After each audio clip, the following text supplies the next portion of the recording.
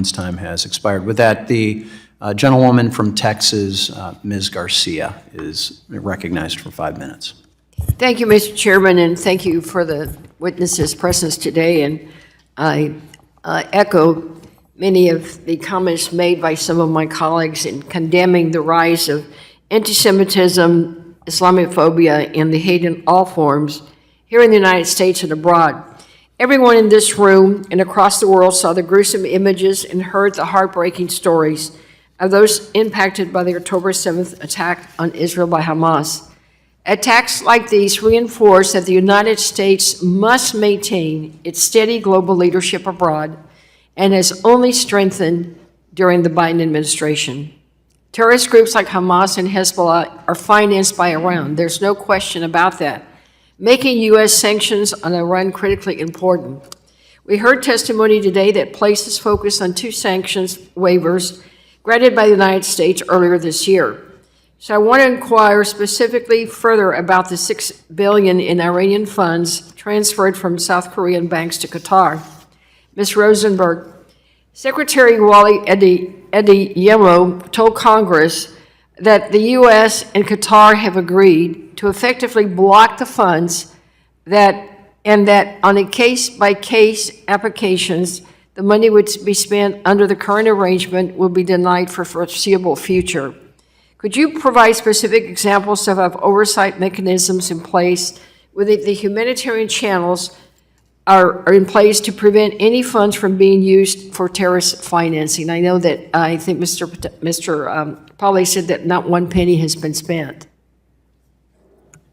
Thank you for the question.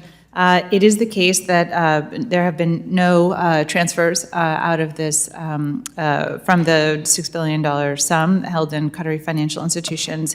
So I'll offer an explanation of the measures in place to prevent the diversion to non-humanitarian purposes.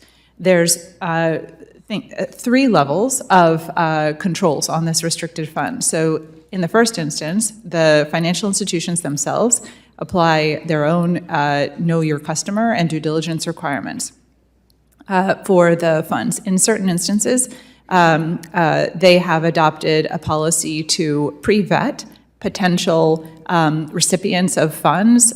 These would be firms engaged in agricultural activity, medicine, and medical device supply companies, for example. So they've also, these firms, the financial institutions have also adopted a policy of only letting existing account holders be in the position to receive the funds, which is to say those that have already been onboarded and vetted for customer awareness. So that's one level, is the intensive and enhanced due diligence at the financial institutions. On top of that comes the restrictions from the European Union. So these are the kinds of controls, know your customer and anti-money laundering controls, incumbent upon institutions that operate within the EU. This is because, as noted previously in questions with the chair, the funds are in euros, which means that there's a necessity to, when clearing euro transactions, be in line with European policies on anti-money laundering and countering the financing of terrorism. So a second layer of controls has to do with European standards. Mm-hmm. A third level of controls has to do with the United States and the restrictions that we and the Treasury Department places on these accounts, on these restricted funds. I will note that there's no U.S. nexus to these funds, nor has there been at any point. Nevertheless, we have imposed our own restrictions on these accounts in these institutions, and these Qatari institutions, and this involves our own anti-money laundering and countering the financing of terrorism restrictions. It requires the financial institutions to notify the U.S. Treasury Department whenever they seek to engage in any transfer.